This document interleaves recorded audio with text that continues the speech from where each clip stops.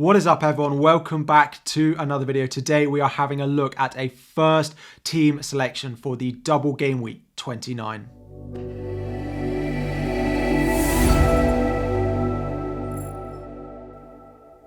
Welcome back, everyone. FPL Harry here. It is international break. We do have 2 weeks to go until the game week 29 deadline. But today I'm having a look at sort of a first team selection, talk to you about where I'm planning on going with my team over the international break, any planned transfers, how we're looking and how we are planning on lining up. Now, game week 29 has always been the focus of a potential bench boost, and we'll be talking about that in this video as well. Before we go any further, if you have not liked the video, we're going to try and hit 1,000 likes. And if you have not subscribed as well, we are so close to 50,000 subscribers. So my game week 29 lineup looks like it is at the moment. If I wasn't going to play my bench boost, it'd be a 4-4-2. We then have a pretty strong bench in there with Martinelli, Kane, Zinchenko with their single game weeks.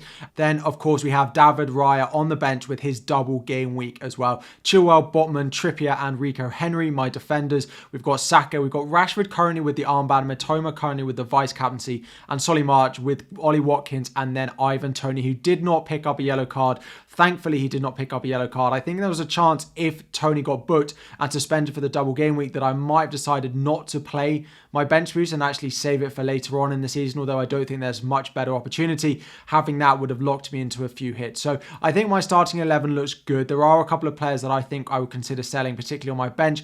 Arsenal's fixtures going forward are not that great, so I do need to potentially consider what I'm going to do with Zinchenko. I have Martinelli and Saka both doing well. I'm recording in the second half just after the Arsenal clean sheet wipeout has taken place. So 3-1 in that game. Martinelli and Saka both in the returns again. So I need to consider exactly how many of them I want to keep going forward as well. I do have 8.8 million in the bank, but only one transfer as really close to the deadline. It did make the second move, selling a Stupinan for Ben Chilwell. It didn't pay off this week, but I'm still happy that I now have Ben Chilwell in my lineup. On set pieces, his open play threat is really good, and I'm just happy I've got him, even though the returns didn't come in game week 28. So one of the key sort of talking points that we need to look at is targeting Manchester United. And it's been something that a lot of us who played our wildcards in game week 26 or don't have many Manchester United assets in our teams are looking to do this week. I also already have Marcus Rashford in here, but Bruno Fernandes and Luke Shaw, the two that were very popular early on in the season, look like they're going to be very popular going into this week as well. Of course, in game week 29, they have Newcastle and Brentford as the double game week, a decent enough double. Then in game week 30, though, they have Everton, then Nottingham Forest in game week 31. Plus, they're likely to double in game week 34 and potentially game week 37 as well, depending on their cup result this afternoon. So not only are they good for this week and the next couple, they are likely to be holds for the rest of the season as well. The only thing to bear in mind, they are still in Europe, so that might cause a little bit of rotation towards the end of the season if they don't look like they're fighting for anything in the Premier League anymore. But I do still think buying into some of these Manchester United assets are going to be top priority. Now, we do need to consider that no Casemiro might mean that Bruno Fernandes in particular is hindered a little bit. He might end up playing slightly deeper, which means the potential attacking threat isn't quite as high as maybe we'd like for him and as we've seen in parts of this season so far. The other thing is defensively, they're likely to not look quite as good, and it does have an impact on Luke Shaw as well. However, Luke Shaw's set pieces, his open play threat means I do still like him at a price of 5.2 million. So I do still really like these. I only have one free transfer though, but these two are probably the top priority transfer targets for me this week. There are some other potential transfer targets for me. First up is James Maddison. He only got a small return with an assist, but also a yellow card and no clean sheet point in game week 28. But they do have a really nice double of Crystal Palace and then Aston Villa, and then playing Bournemouth in game week 30. And then game week 32, they play Wolves as well. So I do like the potential of holding James Maddison for the longer term and holding him for a fair few number of weeks, given that he has a nice double and then a nice run of fixtures after that as well. However, I do look at Maddison and think if I bring you in this week, I will likely have to sell you further down the line for some of the other assets that I'm potentially looking at bringing in to my team. I've got double Brighton in my midfield at the moment. They've got potential double game weeks coming up, so I won't want to sell them. I'm looking at potentially wanting an Arsenal midfielder and then a double up on Manchester United. So it is hard for me to see exactly where I fit James Maddison into my midfield.